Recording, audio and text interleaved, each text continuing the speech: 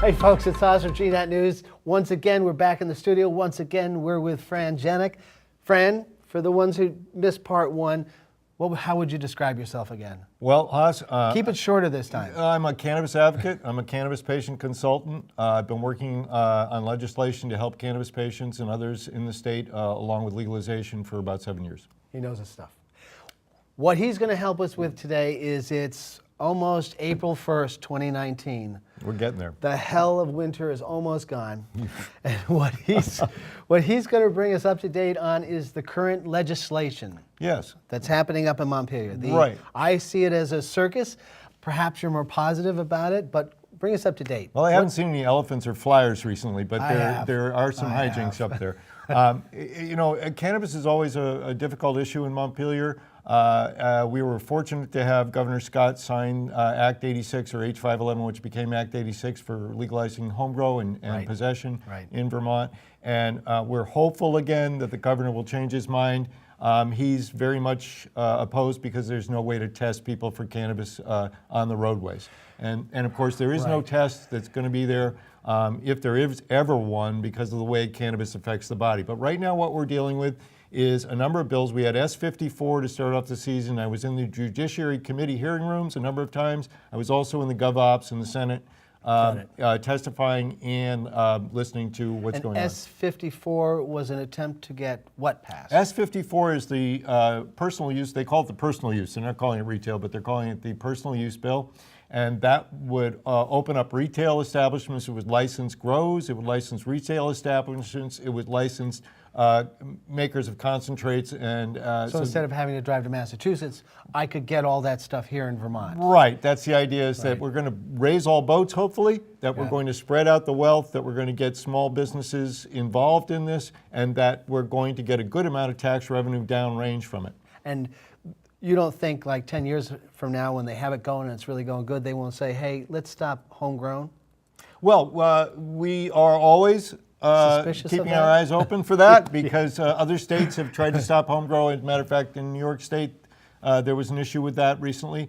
So I think it's good that we got home grow first. I think they're going to have a hard time backpedaling on that one. Right. So probably what they would do is, you can buy in a store, you can definitely grow it yourself. Yeah. You can give it away, but don't sell it yourself unless you have a license. Right. And so hopefully, if we can make the licenses available to everyone rather than a few. Right now we have a few licenses in the dispensaries. We've got five licenses, and it's basically 3 companies that own the market.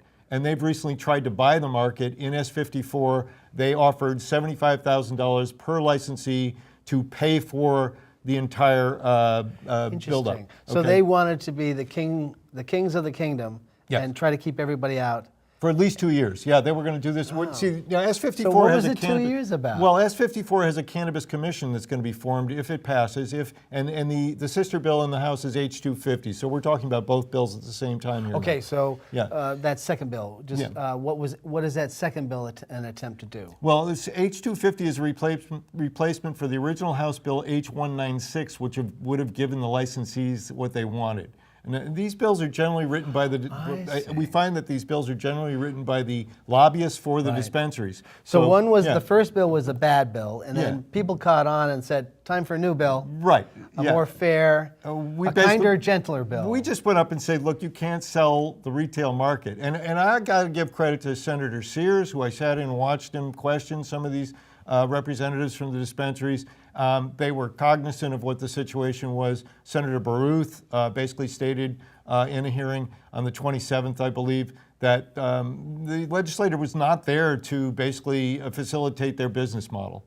Okay, so that's an issue there. But so the Cannabis Commission would take a while to form, so the rules would take a while to form, and we don't know how long that could be, and that could be extended in any fashion depending on who's put on the commission. So that would give them a 2-year jump, and the Senate didn't want that. And that commission is to oversee retail sales and dispensaries? Right. That will basically, if that passes, then the DPS, the Department of Public Safety, which in my opinion has not administered the medical program all that well, will hand off to the Department of Agriculture, which we hope will do a better job of this. And there will also be testing of the product, which has been lacking in the dispensaries since 2011.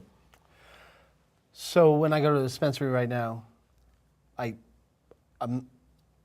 am I getting? Well, we don't know. You don't necessarily know. You know the potency because they're testing for potency, but they're not necessarily testing all the time for contaminants, such as pesticides, which they're allowed to use. I think there's 13 pesticides they're allowed to use, and maybe some of those are okay. They'll leave the plant before it goes out of the grow. But there was contamination that was brought out publicly. So there's contamination, but we don't know how bad the contamination. In other words, there's contamination in everything. We're just trying to figure out what is a really bad contamination, and is it not being allowed in? There's always going to be some biology in a plant, okay? Right. But when you're using it medicinally and you're growing it for patients specifically, there are limitations to the amount of parts per million of anything that you want to see in that plant.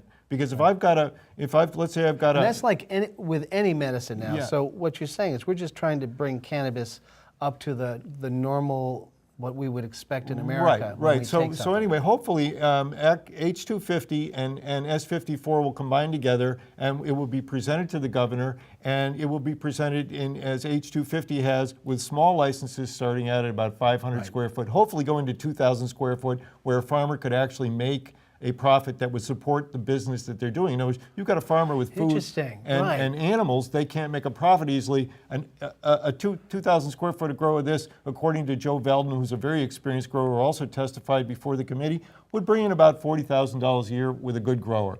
That kind of thing. So what we're trying to do again is raise all boats, give everybody a chance to get into this new market, and not instead of the big guys instead of the monopolies over. that are taking over in many states, not just Vermont, mind you. Right, there's so much money to be made there. There's a lot of corruption, Yeah. Yes. Okay, so we have one bill, two bill. They're going to build a commission. The commission could take a long time to get its act together. Right. In the meantime, we think that's going to be cut out. Most everyone I know is going to go to Massachusetts because there we are. Because why wait for Vermont to get its act together on the retail side? Because if the bill passes, I mean, does that mean when would the bill pass, if it's going to pass? Well, if it comes into effect, it might. I'm not sure the dates on these right now, but usually July 1st is the date that things come into effect in the state on a regular basis. If something passes, it's July 1. So that means all of a sudden someone in Bennington County could set up the first open store. No, that's going to take a couple of years. What they'll do on July 1 is they'll authorize the creation of the commission. They'll get the commission going, then over the period of time of the next year, it'll be 2021. I think is the date for actually getting everything must be up and running, licenses they'll be starting to be issued, that kind of a thing. So basically, a lot of Vermonters are going to be going to Massachusetts for quite a period of time. Yeah, I mean, I've sat in front of the senators, I think, I forget which one it was, and I explained to them how much cannabis that I'm hearing about is coming from where, and there's a certain amount grown in the state, certainly that people are probably selling. Okay, I'm not involved in that, so I don't have all the details on it, but people do talk to me. And I know that California is shipping it in, that Maine can bring it in, that Canada right now, I just heard a story on the news about the Canadian, they're finding quite a bit more coming over the Canadian border.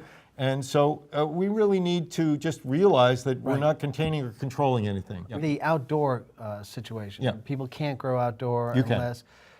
But I thought it had to be, you had to have a shed and a lock and guard dogs. I know, the stipulation for the outdoor grow at this point has to be in an enclosed area which is not accessible to 21-year-olds. You tell me a 21-year-old that can't hop a fence, and I'd love to meet him. Well, that's what I mean. Right. I mean, it's again, they're trying to contain and control this plant, which we've got alcohol being sold in our general stores. We have cigarettes being sold. These things are killing people. Cannabis does not do this at all. And so the contradictions in our society are amazing sometimes.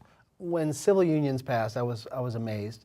And then when the Supreme Court said gays can get married, I went, my God, because it happened so fast. It's like America was like, no, no, no, no, and then suddenly, why the heck not? Well, there was a fight in that too. I was involved in that. And it feels like the same thing with cannabis. It's like, blah, blah, blah, blah.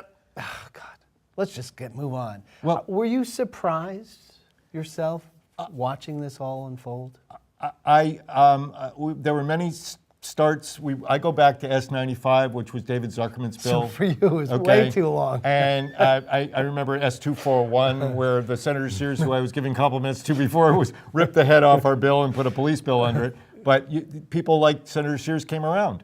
And he saw that his constituents wanted this small business. And they've told him here in Bennington County. And the other senators said, where's our legalization? Where's our retail after we got our, home grow? Right. So it is evolving, but you have a lot of older people that are so believing of the 75 years of lies they've been told by their government. Right. They truly believe that that this is the fact. So that's what we're up against at all times. I had a 91-year-old man, and I don't know if I've got time to tell this, but I'll tell it quick. Tell it. I had a 91-year-old man, and I'm sitting in the Judiciary Committee hearing room the day before H511 was voted on. Yep. And he's in a pinstripe suit and sitting next to me, and Chip Conquest is right here in earshot. The ranking member, we're in a break in the proceedings. And so I just turned to him and I said, what are you here for, sir? And he said, I'm here because I'm against legalization. I said, why are you against legalization? He said, because I smoked some marijuana once and I got giddy and I was irresponsible. And 91 years old. So I took him back to the 1930s and I explained, I said, you were alive then? He said, yeah, I was a young man. I said, well, I explained to him what went on. He said, really? And I said, yeah. And he said, wow. He says, I'm glad I met you. Can I get some links on this? And I said, sure, here you go. And he gets up and he says, I'm happy now. I can go home and I'm for legalization. And, and he just as he's going, he turns back to me, he says to me, well, if this bill passes, can a fella grow a couple of plants and make a few bucks? And I just, and that's what I mean. Yeah, and I mean, that flip yeah. so fast, right. like a light switch. Yeah, and the ranking member sitting there cracking up because here you go. You just explain it to them and you explain why it was made illegal. Will you just explain that to the folks? Well, I hope so. Yeah. Yeah. Why don't we do it in the third segment? All right. We'll start off with you explain that because we're out of time. We got to go. All right. We'll see you on the third segment. In the third segment, it's really going to be giving this gentleman time to talk about what makes him really happy and what really pisses him off. You really want to let me lose, huh? So, Haas GNAT News, we'll see you next time.